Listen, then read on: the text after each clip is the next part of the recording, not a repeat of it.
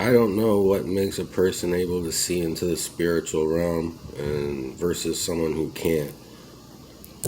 All I know is that I read the Bible, I studied the Bible, I implemented literally the Bible into my life the best I could. And when I say that, I'm just going to go through it. I learned about the heart, which means it's different from the mind. I learned about faith, believing that anything is possible. The flesh and how it has its own desires and wants versus your heart and mind. Also in the Bible, I learned about the way of living, like trying not to swear. That's pretty important because what comes out of your heart, whatever comes out of your mouth actually comes out of your heart. Follow the laws of the land. Put God first in your life. Obviously, the most important thing, though, is not about the obedience. It's about believing in Jesus dying on the cross for our sins.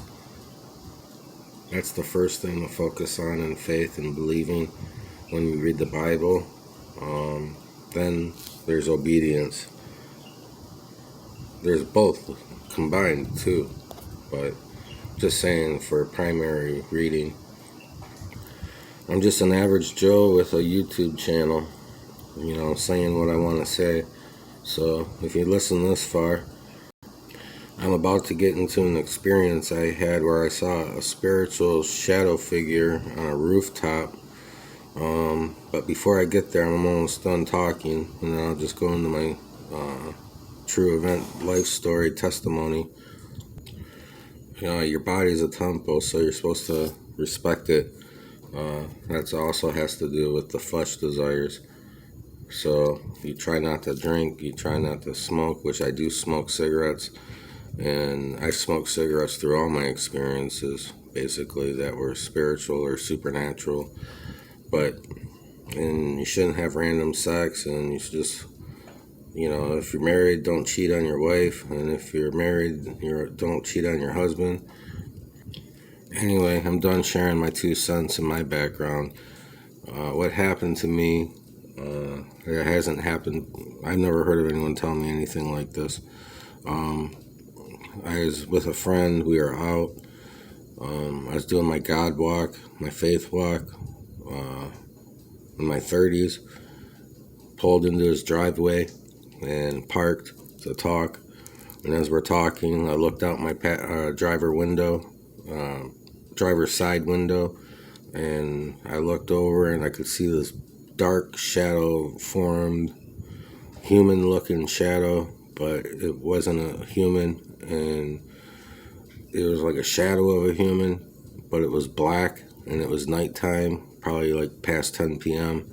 And as I'm staring at it, I'm like trying to comprehend that I'm actually seeing this thing, and from there, I'm watching it, and it goes up and it goes down, it goes up, it goes down, it goes up, it goes down. I just kept doing that on top of a roof. It was a home 2 houses down. It was a subdivision that I was parked in. It was my friend's house. And as I'm watching this go up and down through the roof, halfway in the roof, halfway out of the roof, I like told my friend, I'm like, hey, I'm like, what, I'm seeing this. And I'm like, he was going to get out of the car, and I'm like, don't get out of the car. I didn't want him to scare it away. That was my thought. Because I've never seen anything like this before. I've had experiences where I've seen shadow figures and things like that, but not this one. This one was like dark, black. It was like blacker than night. I could see it so easily. It was like ridiculous. And he looked through my my driver's side window, and as he looked, he comes back to me, because he was leaning over me, and he's like, I don't see nothing. And I'm like, 2 houses down, 2 houses on the roof. And he's like, no, I don't see anything. And I'm like, okay. So I kept staring at it, and then I'm like, okay, I better pray against this. So I was like, in my mind, I'm like, in Jesus' name, I command you to be gone. You have, no legal rights here. And it was still there. And I'm like, okay, I'd say probably a good minute's passed, and I'm still staring at this thing. And then all of a sudden, instead of it being a black shadow figure formed entity, it turned into a ball of light. I call it an orb, but I don't know if it was an orb, because it was a ball of light, really. And it hovered about 2 feet over the rooftop, and it had movement within the ball. Like the light was moving around inside the ball of light. And from there, I would say basically, based on size, I'd say it was probably the size of a soccer ball, based on the distance. Like from where I was at going, I mean, it was big, and it was hovering, and it was moving around, but it was staying in one spot. The light was moving around. Anyway, then all of a sudden it exploded, and it sent out a flash of light throughout the whole sky. The whole sky lit up. It sent a flash out, like a wave of light came off of it, and it went outward in all directions. And then that wave of light came back to where it came from, which was the ball of light. And then the ball of light like shrank to a little pinprick and disappeared. So it was like it exploded, then it imploded, and then it disappeared. And then the shadow figure was gone too, obviously, because it turned into a ball of light. So I don't know if that was a portal or an orb, but I mean, I saw it, what happened. So I tell my friend what I just witnessed, and I said, this is my testimony, this really happened. And he, we carried on the rest of the day, or the night, I mean, and for another half hour maybe. And I didn't talk to him about it anymore or anything. So I worked with him too at the time, and life went on. So it's like maybe 8, 9, 10 days later, and he comes to work, and he tells me that yesterday when he went home from work, his street was blocked off by the ATF, and that they were knocking on people's doors, evacuating people from their homes, because that house that I saw that black shadow figure on got raided by the ATF. And he's like, they had guns and everything, man. And I'm like, wow, you're kidding me. And he's like, no. And it ended up that house was creating some illegal substances inside the house to where it could blow up.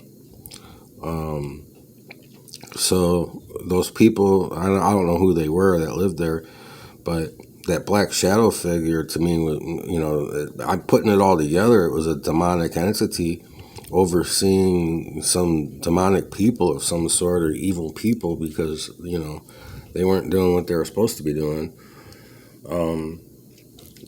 It was a wild thing to have that experience happen. During my Bible walk, my faith walk, well, like I said, because it was a period in my life where I focused and studied on the Bible.